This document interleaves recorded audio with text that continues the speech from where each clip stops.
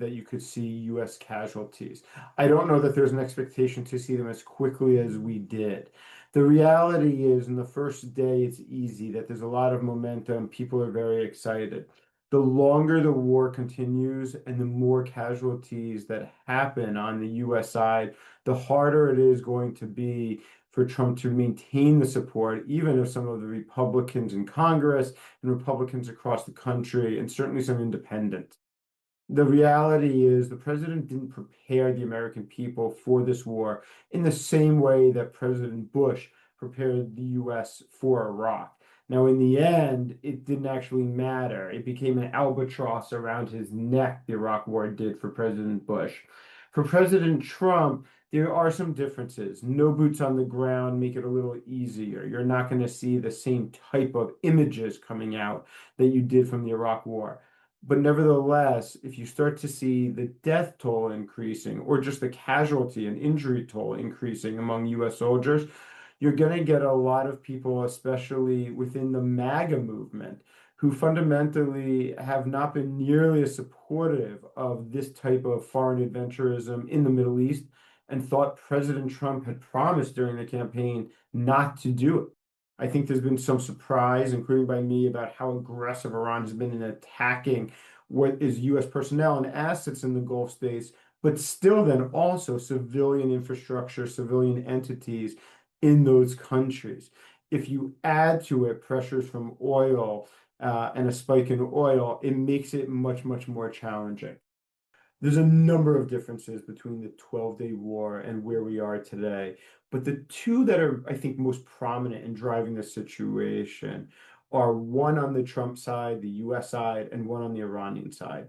On the US side, during the 12-day war, it wasn't the US in the lead, it was Israel. And there was a lot of debate about whether the US would even get involved. And so when it did, it made a fundamental decision to do so in a very narrow way, with a very clear goal and a very clear strategy. And that was to diminish the Iranian nuclear program and hit at the targets that Israel would not be able to sufficiently do itself. Now we're seeing a decision to have a much more widespread war with an open-ended result at the end.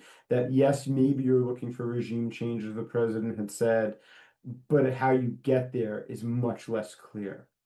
Iran's number one priority for this regime has always been about its own survival, more so than taking care of its people, more so than its economy, more so than its capabilities across sectors. Survival is number one. And so what that has meant is, in the past, the Iranians didn't feel that they were at risk of survival. Even the targets by the Israelis in June wasn't actually putting the regime at risk.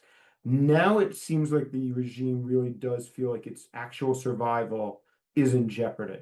And so because of that, it's taking much more forward-leaning and a much more aggressive stance in terms of how it targets and what it targets.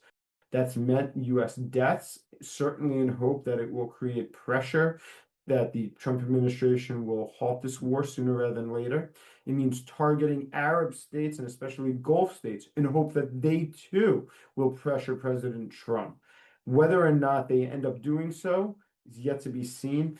But for the Iranians, it's about creating as much pressure as possible. And so it also wouldn't be a surprise, for instance, to see in the coming days or weeks the Iranians undertake asymmetric attacks, not just cyber attacks that I think it's reasonable to assume are already happening, but terrorist attacks, not in the region per se, but perhaps in South Asia, in Latin America, and of course, Europe.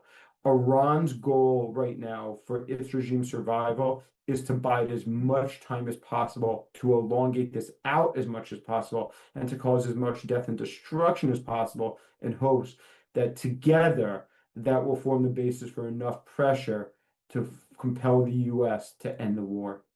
I think whether or not you get more political pressure or more backing from the American people for this conflict is fundamentally going to be about how it plays out.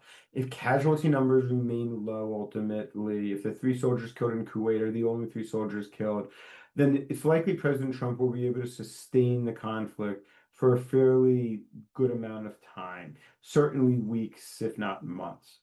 if we start to see very quickly US casualty numbers ticking up, if we start to see the Iranians having greater and greater success and no real indication that the regime is splintering or factions are forming, or that the US and Israel have sufficiently undermined it, in other words, that in the end of the day, it's still going to remain in place, then I think very quickly you're going to see the American people question what we're doing here, and especially Republicans and independents say, this isn't what President Trump promised.